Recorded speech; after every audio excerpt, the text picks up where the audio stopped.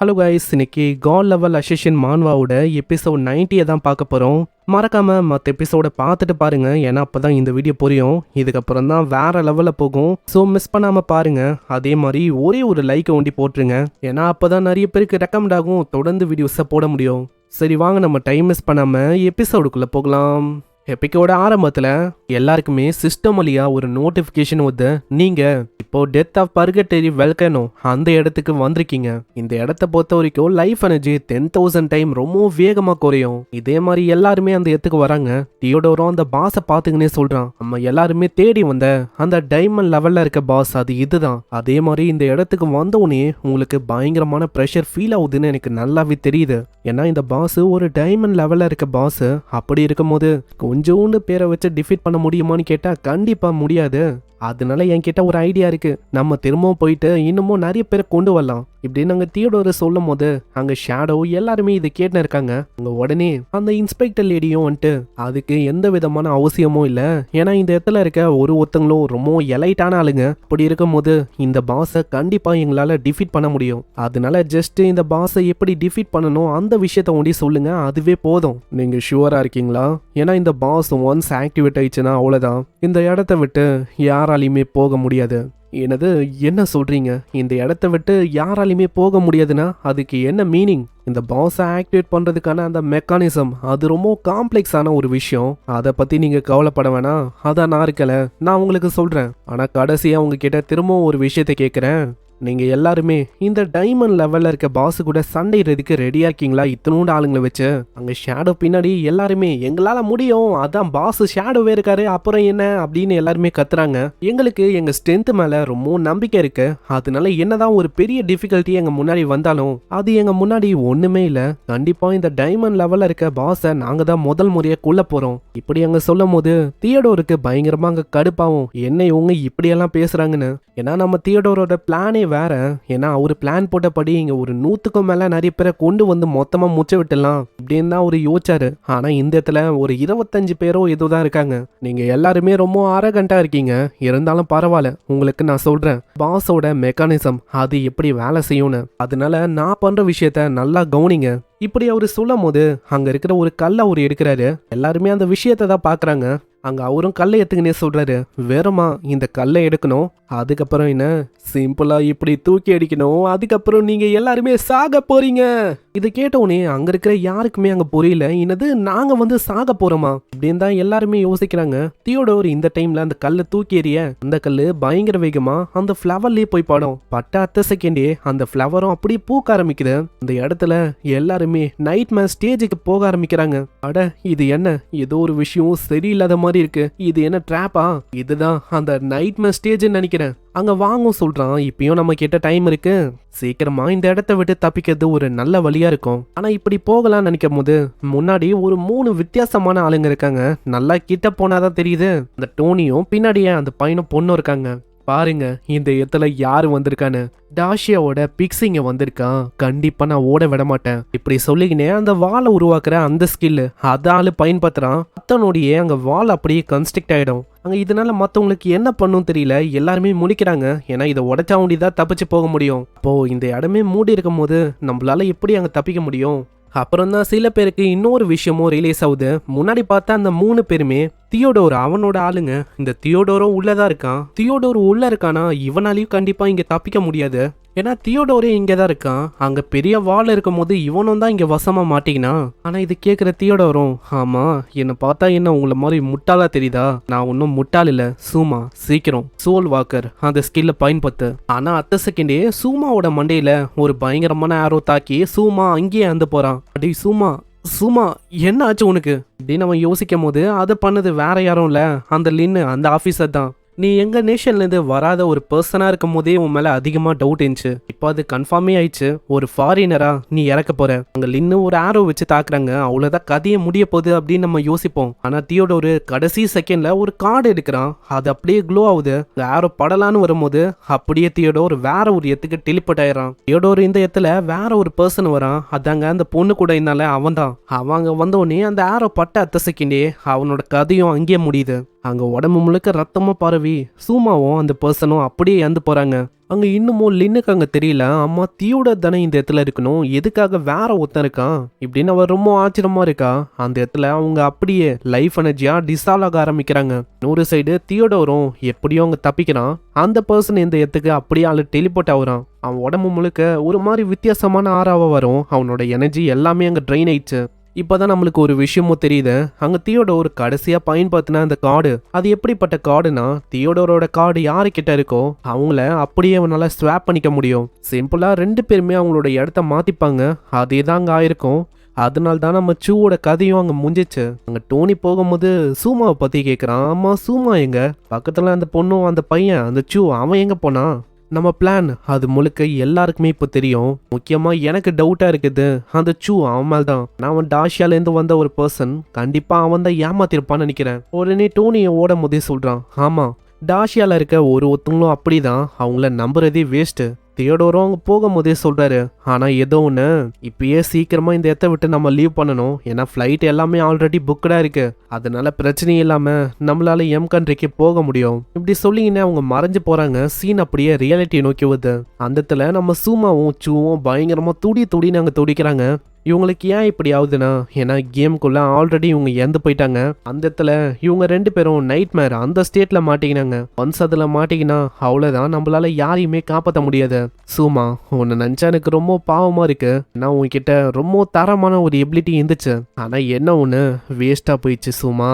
ஆனா ஃபார்ச்சுனேட்டா என்னோட ப்ராஃபஸி அது ஒன்றும் தப்பா போக வாய்ப்பே இல்லை. கண்டிப்பா டாஷியாவோட எலைட்டான குரூப்பும் அந்த ஷேடோவும் எல்லாருமே அந்த இடத்துலயே சாக போறாங்கன்னு நினைக்கிறேன். என் ப்ராஃபஸி பொய்யாக வாய்ப்பே இல்லை. இப்போதைக்கு எல்லாருமே அங்க சாக ஆரம்பிச்சிருப்பாங்கன்னு நினைக்கிறேன். டாஷியா சிட்டியே இதனால ஒரு கிரேட்டான லாஸை சஃபர் பண்ணும். அதுதான் நம்மளுக்கும் ஒரு மிகப்பெரிய வாய்ப்பா இருக்கும். சீக்கிரமா நம்ம எம்சிட்டிக்கு போயிட்டு அங்க இருக்கிற ஆளுங்க வச்சு டாஷியா விழுந்து போயிருக்க நிலைமையில நம்ம ஆட்டத்தை ஆரம்பிக்க வேண்டியதான்.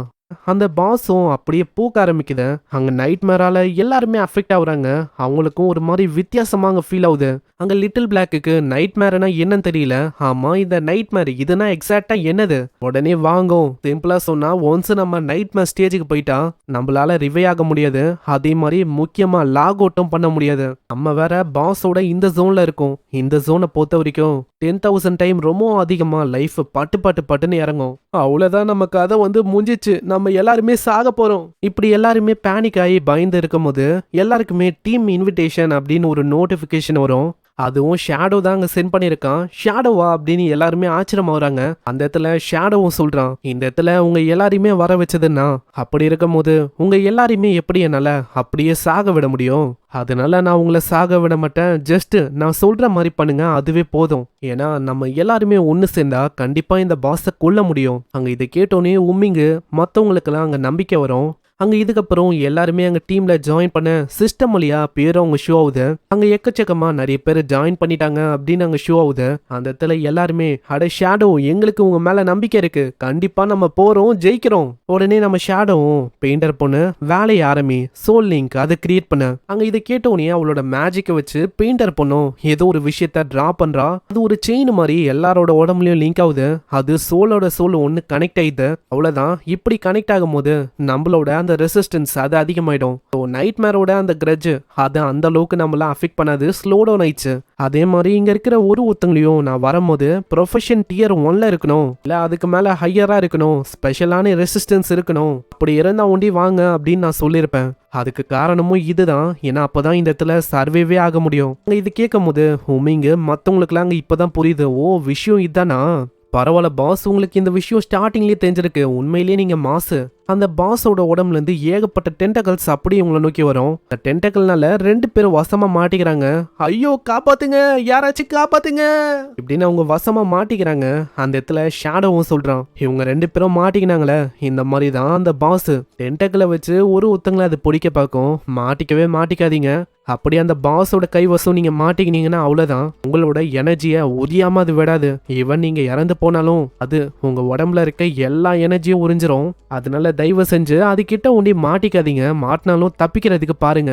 ஆல்ரெடி சிஸ்டம் மூலமா நான் உங்க எல்லாரையுமே டீமா பிரிச்சிருக்கேன். டீம் 1 2 3ன்னு. அதே மாதிரி நைட் மேர் ஹெல்ஃப்ளவர் இந்த பாஸ் இருக்குல்ல, இதோட ஹெச்பி ஒண்டி கிட்டத்தட்ட 36 மில்லியனு. ஃபர்ஸ்ட் ஃபேஸ்ல 6 டென்டகளை வச்சு அது பயங்கரமா எல்லாரையுமே தாக்கும். அதனால தான் உங்களை ஸ்குவாடா நான் பிரிச்சிருக்கேன். ஸ்குவாடு 1ல நம்ம சேஃப்டி ஃபர்ஸ்ட் அவன் இருக்கான். ஆனா ஷேடோ எல்லாமே ஓகே தான். ஆனா ஸ்குவாடு 1ல வெறும் நான் ஒண்டி தான் இருக்கேன். நான் எதுக்கு ஒன் மேன் ஆர்மியா இருக்கேன்? அட சேஃப்டி ஃபர்ஸ்ட், உண்மையை சொன்னா உன்னோட ஸ்கில் அது ரொம்ப எக்ஸலண்டா இருக்கு. அதே மாதிரி எனக்கு உன் மேல ரொம்ப அதிகமா நம்பிக்கை இருக்கு. அங்க இப்படி சொல்லும் போது அந்த பாஸ் திரும்பவும் தாக்க ஆரம்பிக்க நம்ம சேஃப்டி ஃபர்ஸ்ட் அப்படியே உருண்டு போய் தப்பிக்கிறான். இதான் அவனோட ஸ்கில். அந்த அளவுக்கு தாக்குதல் பலமா இருக்குமோ அதுக்கேத்த பலத்துல அவனால அங்க தாக்க முடியும். அங்க ஆளும் ஒரு ஸ்லாஷ் அட்டாக் பண்ணும் போதே சொல்றான், ஷேடோ நீங்க பாராட்டும் போது எல்லாமே ஓகே தான், ரொம்ப சந்தோஷமா இருக்கு. ஆனா தனியா நல்லா டீல் பண்ண முடியுமா அதான் எனக்கு தெரியலையே. ஆளு மூன் ரிஃப்ட் அப்படின்னு ஒரு ஸ்லாஷ் அட்டாக் பண்ணிருப்பான். டேமேஜ் ரொம்ப அதிகமாக தான் விழும். ஆனா இந்த இடத்துல 250 அப்படின்னு விழும். இதை பார்க்கும் போது மற்றவங்களுக்கு அங்க ஐடியா இல்லை. அட என்ன இது, இந்த இடத்துல எதுக்காக டேமேஜ் இந்த அளவுக்கு கம்மியா போகுது? ஏன்னா அந்த அட்டாக்கோட பவர் ரொம்ப பயங்கரமா இருந்துச்சு. டேமேஜ் அதிகமால இருக்கணும். நான் உண்மையை சொல்ல மாந்துட்டேன். இந்த ஃபர்ஸ்ட் ஃபேஸில் இந்த பாஸோடைய டேமேஜ் அது ரொம்ப கம்மியாக தான் போகும். சிம்பிளாக சொன்னா 90% டேமேஜ் ரிடக்ஷன் அது கிட்ட இருக்கு. அதனால என்னதான் நீங்க மாங்குன்னு அட்டாக் பண்ணாலும் அது மேல டேமேஜ் கம்மியாக தான் விழும். அங்க எல்லாருக்குமே பயமாவுது. நம்ம எப்படி அங்க சண்டை போட போறோம்? வேற இப்படிதான் இந்த இடத்துல காத்தோட காத்தா மறைஞ்சு பயங்கர வேகமா அந்த மாஸ்டருக்கு பின்னாடியா வரான். லிபரேஷன் அப்படின்னு ஒரு அட்டாக் தான். அந்த அட்டாக்ல கிட்ட 6 லட்சத்துக்கு மேல டேமேஜ் அங்க போகும். எல்லாருமே பாத்தீங்களா, நம்ம இந்த மாதிரி தான் அங்க ஃபைட்டை பண்ண போறோம். திரும்பவும் அந்த வேற அட்டாக் பண்ண வரும். சும்மா ஒரு டாட் அட்டாக் தான் அவன் பண்ணுவான். திரும்பவும் அங்க 6 லட்சத்துக்கு மேல டேமேஜ் போகுது. இதை பாக்குற மத்தவங்க எல்லாருமே வாயை பொழக்கிறாங்க. ஏன்னா அந்த பாஸ் கிட்ட கிட்டத்தட்ட 90%க்கும் மேல டேமேஜ் ரிடக்ஷன் இருக்கு. இப்படி இருக்கும் போதும் தோராயமா ஒரு 7 லட்சத்துக்கு டேமேஜ் எப்படி உங்களால கொடுக்க முடியுது? இந்த பாஸை பத்தி சொன்னா இது குறிப்பிட்டு லாங்கான ஏரியால தாக்கிங்கன்னு இருக்கும். அதனால உங்களை டீமா நான் பிரிச்சிருக்கல. அதுக்கேத்த மாதிரி நீங்களும் அங்க இங்கன்னு ஓடணும். ஆனா தப்பி தவறி மாட்டாதீங்க. மாட்டாம நீங்க தப்பிச்சுக்கினே இருக்கணும். வாயின்ஸ் உங்களை அட்டாக் பண்ணி வரும்போது அந்த டைம்ல என்னோட கைவசம் நான் ஏகப்பட்ட அட்டாக்க பண்ணுவேன். அங்க இதை கேட்டோனே கண்டிப்பா சார் நாங்க அதே மாதிரியே பண்றோம். அந்த இடத்துல ஷேடோ சொன்ன மாதிரியே 1 இல்ல 2 இல்ல கிட்டத்தட்ட ஏகப்பட்ட வாயின்ஸ் அப்பியர் ஆகுது. அங்க இதை பார்க்கும்போது சேஃப்டி ஃபர்ஸ்ட் நம்ம உமிங்கு எல்லாருமே அங்க தயாராகுறாங்க. எல்லா டீமே ரெடியா? அங்க எல்லாருமே கொஞ்சம் கொஞ்சமா டிஸ்ட்ராக்ட் பண்ணும் போது நம்ம ஹீரோ அங்க டேமேஜ் கொடுக்குறான். கிட்டத்தட்ட 7 லட்சம் போகுது. நெக்ஸ்டா ஒரு ஸ்லாஷ் அட்டாக் பண்ணும் போது கிட்டத்தட்ட டேமேஜ் ரொம்ப அதிகமா விழும். அங்க ஸ்கிரீன்ல என்னவே முடியல, அந்த அளவுக்கு அதிகமா இருக்கும். அங்க இதை பாக்குற லிட்டில் பிளாக்கும் வாவ் நம்ம ஷேடோ வந்து உண்மையிலே கூல். ஏன்னா ஒருத்தங்க டேமேஜை கொடுக்க எந்த அளவுக்கு கஷ்டப்படுறாங்க. இவர் என்னன்னா டன் கணக்குல டேமேஜ் இப்படி அங்க டீல் பண்ணிருக்காரு.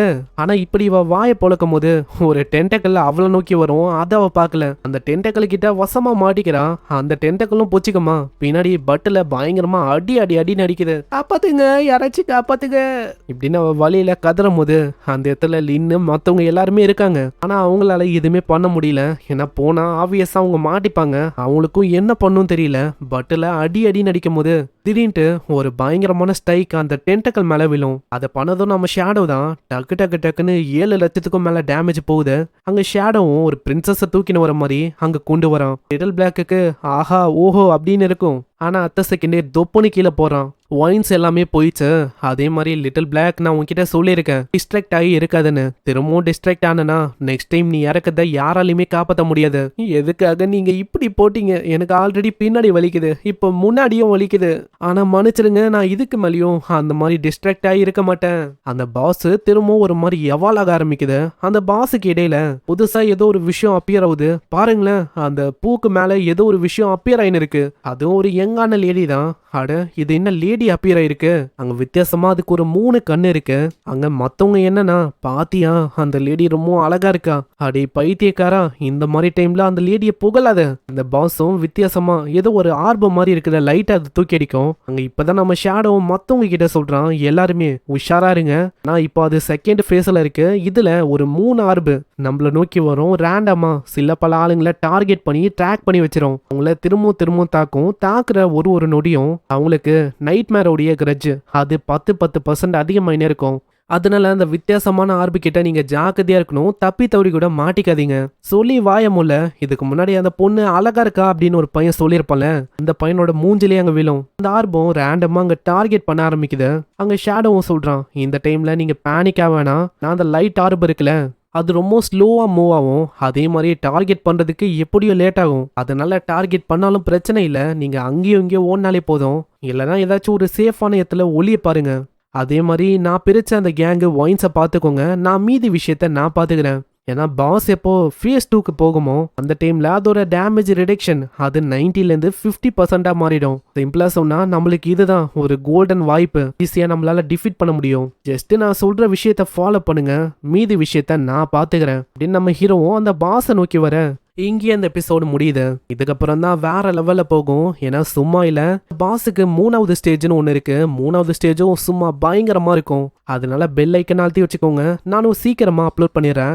வீடியோக்கு லைக் போட்டீங்களே, ஏன்னா அப்பதான் வீடியோஸை கண்டினியூவா போட முடியும். இந்த வீடியோ எப்படி இருந்துச்சுன்னு மறக்காம கீழே கமெண்ட் பண்ணுங்க. நான் உங்களை நெக்ஸ்ட் எபிசோட்ல சந்திக்கிறேன். தேங்க்யூ ஃபார் வாட்சிங். சைனரா.